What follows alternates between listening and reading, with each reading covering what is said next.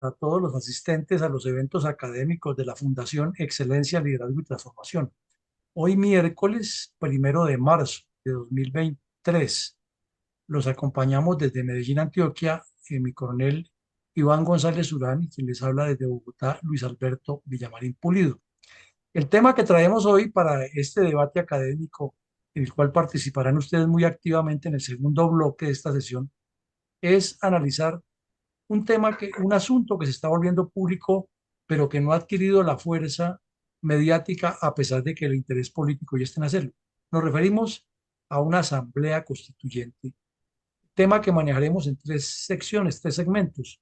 Uno que es la asamblea constituyente, otro hacia dónde apunta el señor Petro con esa asamblea, y la tercera parte es qué hay que hacer para llegar a esa asamblea fuertes y no que nos desvertebren el país los comunistas armados y desarmados. Pues mi coronel González, con las buenas tardes y bienvenido a este programa. ¿Cuál o qué es una asamblea constituyente para los que no sabemos de derecho? ¿Qué es eso? Gracias, mi coronel, y buenas tardes para todos.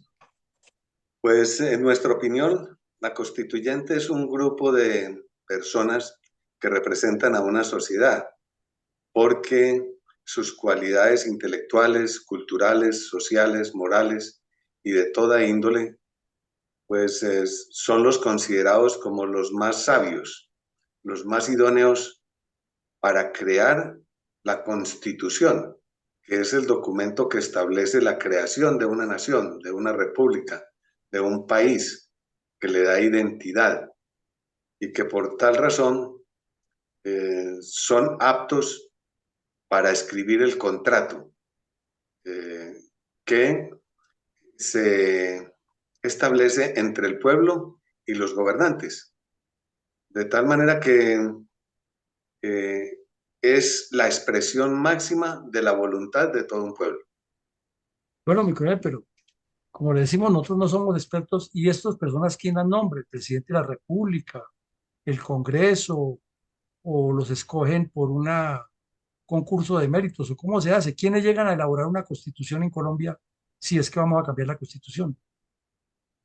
Pues como usted lo dice, no somos idóneos en estos procedimientos eh, políticos, pero en el contexto general tenemos la idea de que debe ser la expresión del pueblo, ya sea por medio de una votación, de un referendo, bueno, de todas las formas que existen de expresión de la voluntad total de un pueblo, para que ese grupo de personas hable en su nombre y por eso de la mayor responsabilidad posible que se pueda encontrar dentro de todos los ciudadanos de esa república.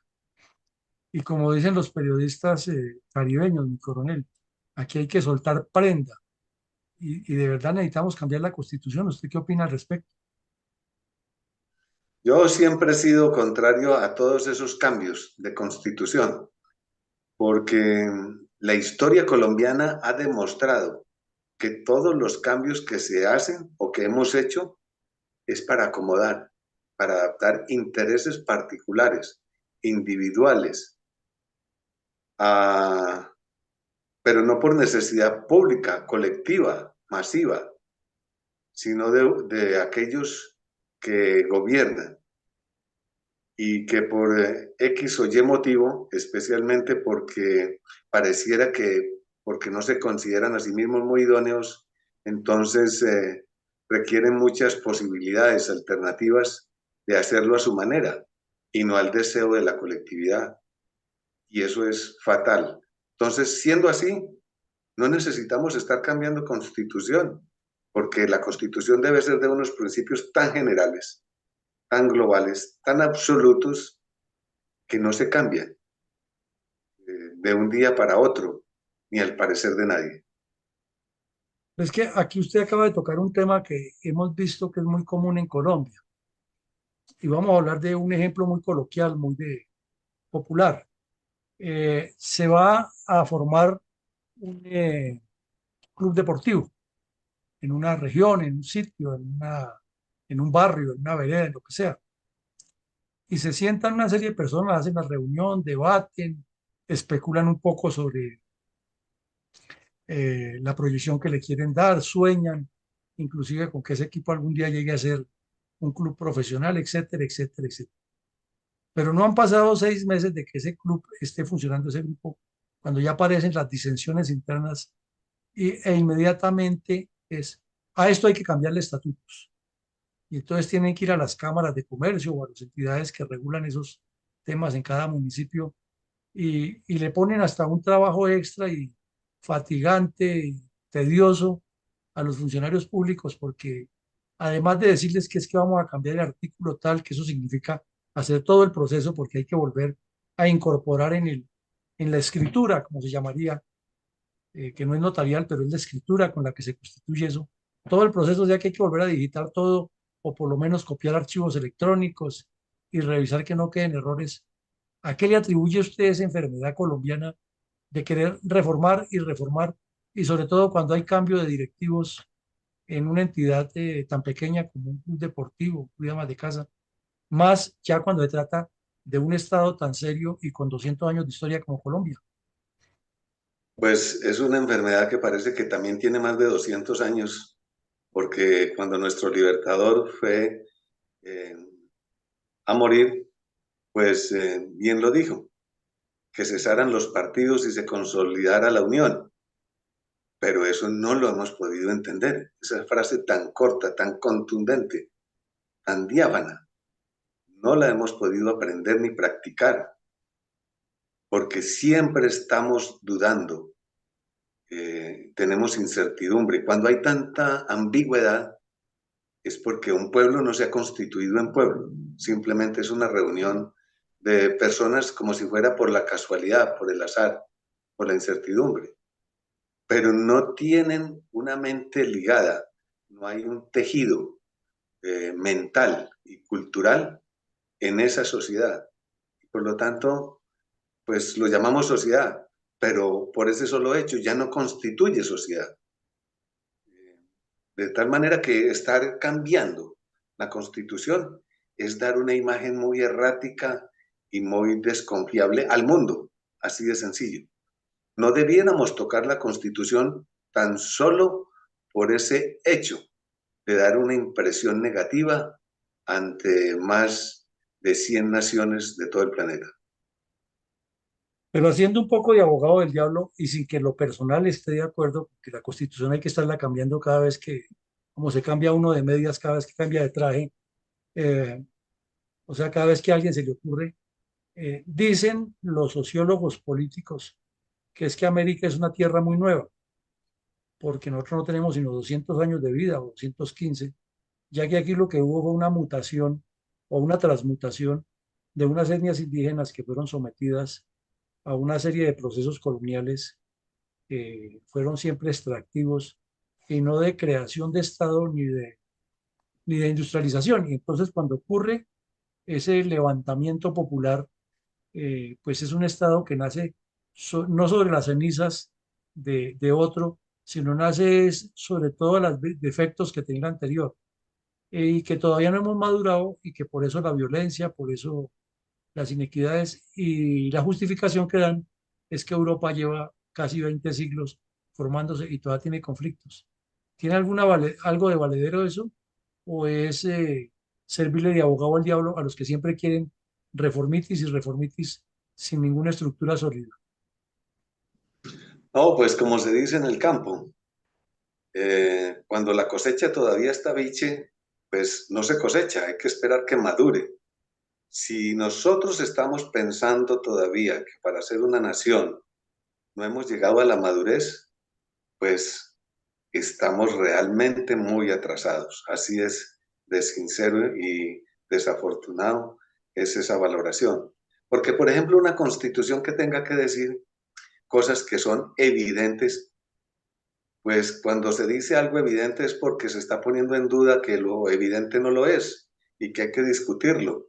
Y la evidencia no se discute, porque es tan clara y diáfana para todos que no se pone en tela de juicio.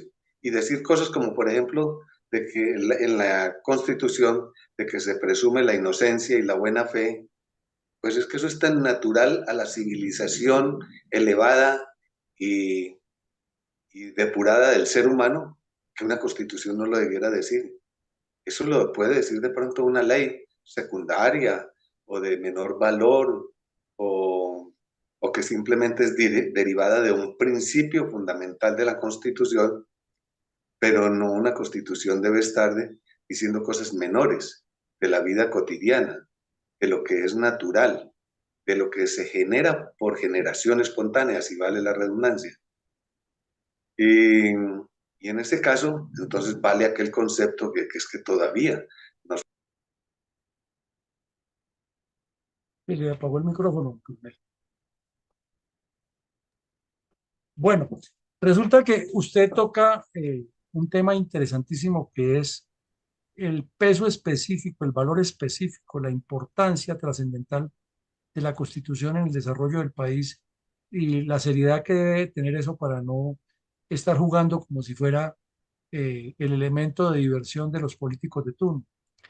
Pero, ¿dónde encontraría usted que no aprenden? O que no, pues sí, nuestros políticos no aprenden, porque tenemos que en 1821 se hace la primera constitución, que es la de Cúcuta, y 7 años después ocurre una convención en Ocaña para reformar esa constitución por las peleas entre Santander y Bolívar, y luego en 1830 otra constitución, y luego en el 42 otra constitución derivada de una guerra, luego en el 53 otra constitución, y luego llegamos a la del 60, que fue la forma como legitimó un golpe de Estado, al 63 mejor, que el golpe de Estado que legitimó el señor Mosquera en Río Negro, Antioquia, con una convención.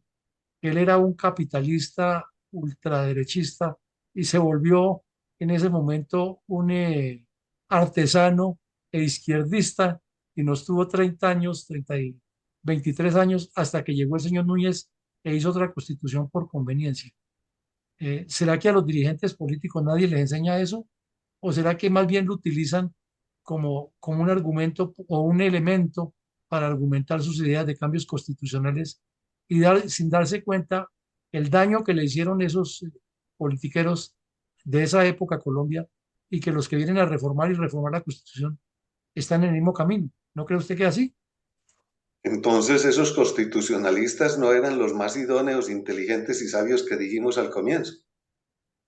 Y quizá en qué forma fueron escogidos. Y si fueron escogidos por el pueblo, entonces todo tendrá que iniciarse por el comienzo, si es que vale la redundancia también, que es la de educar al pueblo en política, en democracia, en este caso democracia, que es otro principio fundamental, que ese sí se podría decirse en la Constitución, que somos una nación democrática. Ya con esa sola frasecita ya cubre todo aquello que hay que hacer para que sea una democracia. Y la Constitución no tiene que especificarla. Entonces, ¿es que acaso no hemos sabido escoger a esos sabios? ¿O no sabemos quiénes son los sabios? Parece como si fuera una burla y un despropósito que el pueblo sea de pronto manipulado por unos astutos, unos sagaces, unos timadores, y simplemente le dicen, nómbreme a mí, o elíjame a mí, que yo le voy a redactar su felicidad, la felicidad de toda la nación.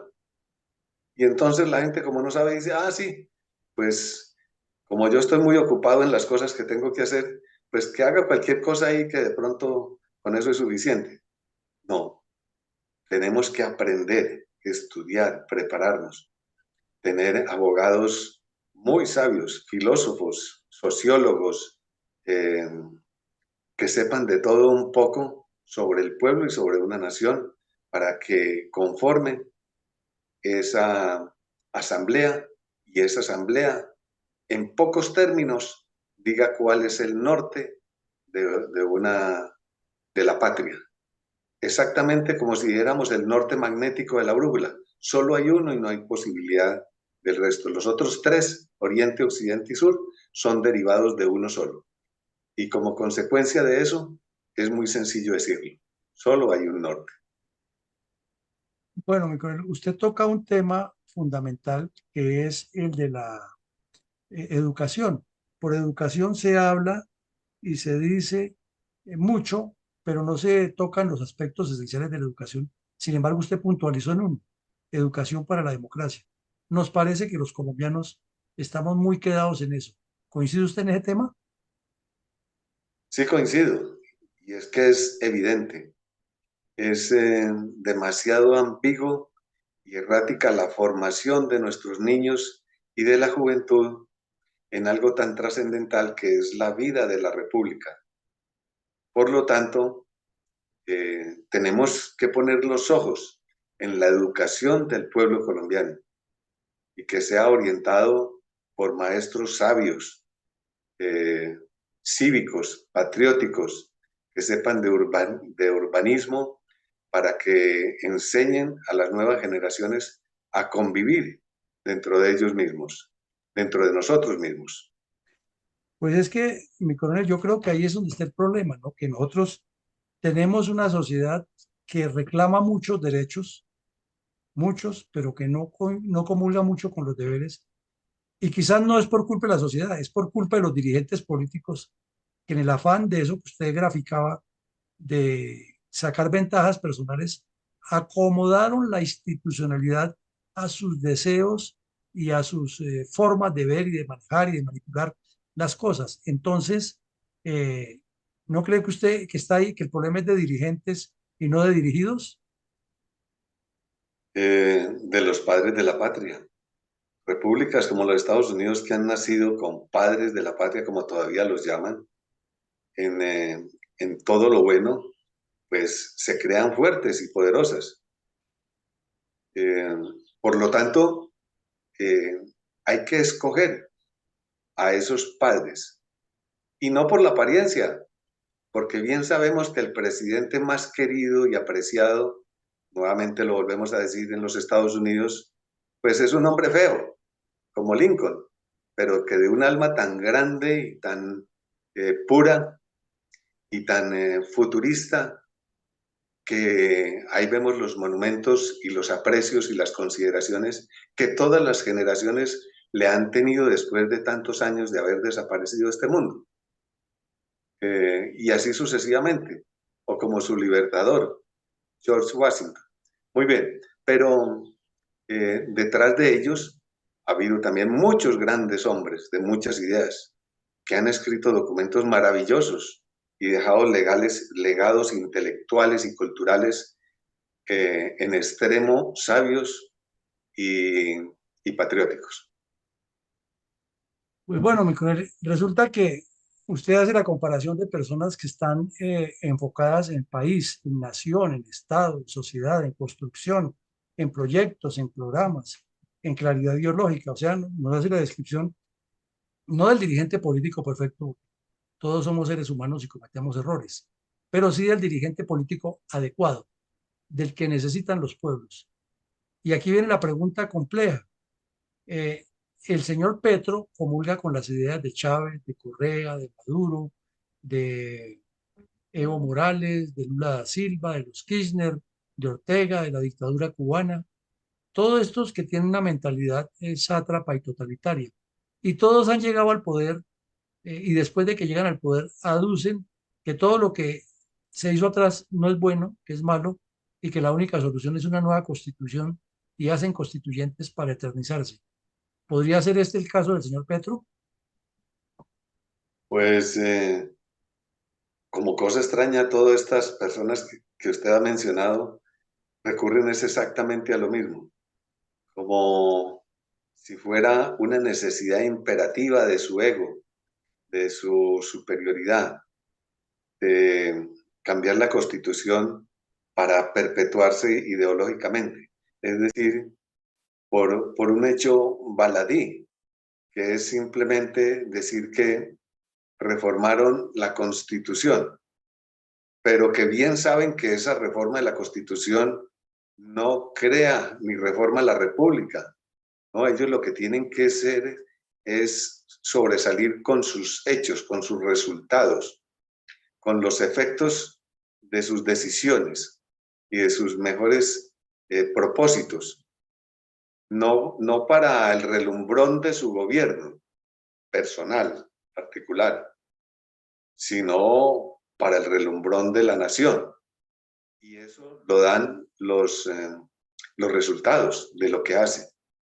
Entonces, trabajar para ganarse un título y un prestigio es precisamente demostrar que lo que va a hacer o está haciendo es que no tiene mucho mérito ni virtud.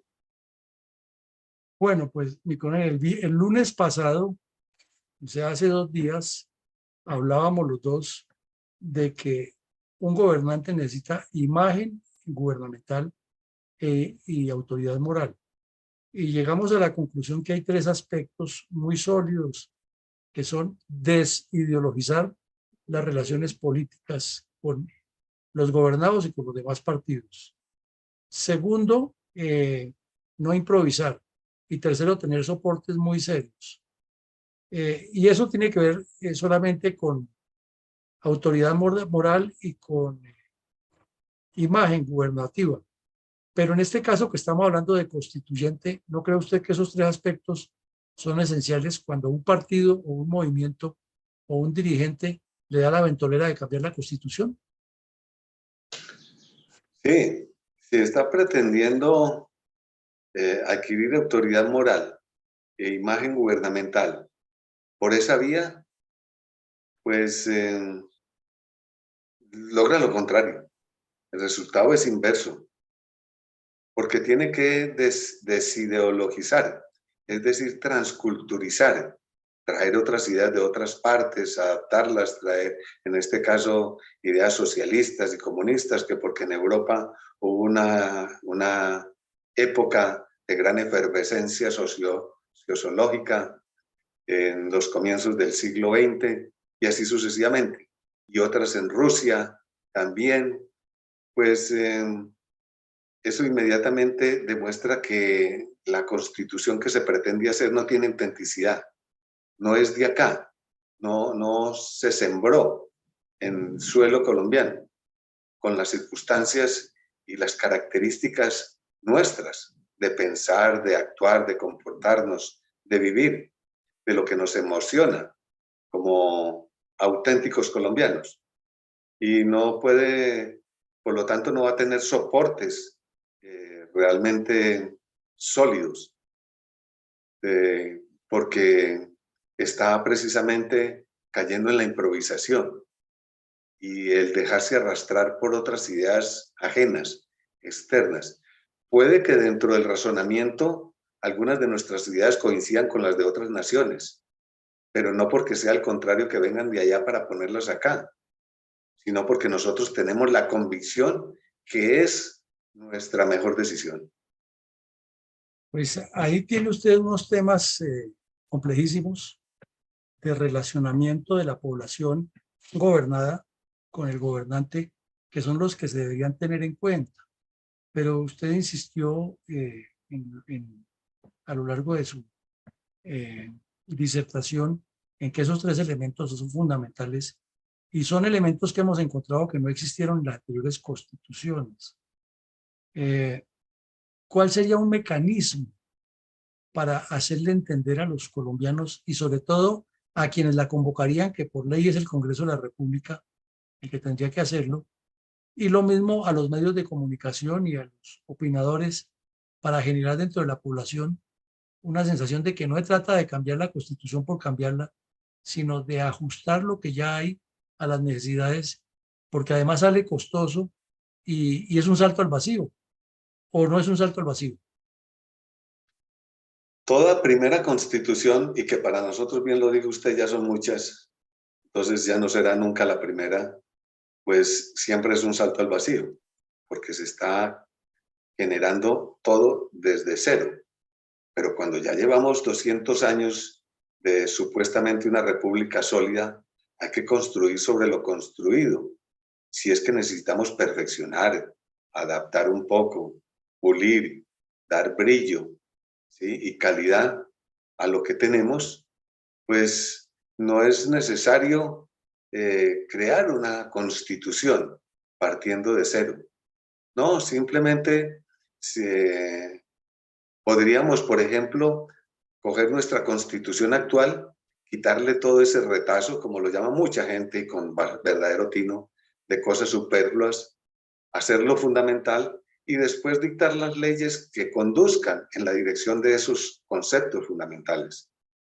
Pero las ideas de base, que son los pies del edificio, no se deben remover, porque esos son conceptos universales. El micrófono se le quedó, se le cerró. Otras constituciones muy diferentes a la nuestra, pero es precisamente por su libre albedrío y autodeterminación que consideran que de pronto ellos sí deban remover parte de esos basamentos, pero nosotros no, ya tenemos una buena experiencia, cometimos muchos errores en el siglo XIX, de tal manera que no sigamos repitiendo la historia. Por el contrario, aumentemos la altura del edificio. Bueno, mi coronel, entonces ya pues estamos llegando al final de esto y nos quedan un par de preguntas. La primera, o lo que tenemos que ver aquí que nos preocupa, es que si ya hay una experiencia en Latinoamérica que ha sido letal, estos gobiernos de izquierda, con cambios de constituciones, constituyentes, y luego caen nuevamente en gobiernos de mal llamada derecha, que tiene que entrar comenzando por rehacer todo el camino torvo que hicieron los de izquierda. Y entonces se les va el tiempo en conflictividades y problemas. ¿Cree usted que si el señor Petro se sale con la suya y hace una constitución de corte izquierdista como él sueña, probablemente gane nuevamente la mal llamada derecha en Colombia y quien suba al poder se desgaste los 4 años o 5, lo que quede en la nueva constitución, tratando de deshacerlo de Petro y confrontando y sigamos en ese tercermundismo y ese atraso que no nos deja salir adelante? Seguiríamos pedaleando sin cadena. Y ahí dele que dele, pero nunca avanzando. Pues de por sí ya, por la primera parte de lo que usted nos pone en evidencia, que es una constitución de inclinación, de orientación izquierdista, ahí ya está el primer pedalazo perdido. Porque bien lo hemos definido y hemos luchado, porque no queremos que esta nación sea izquierdista.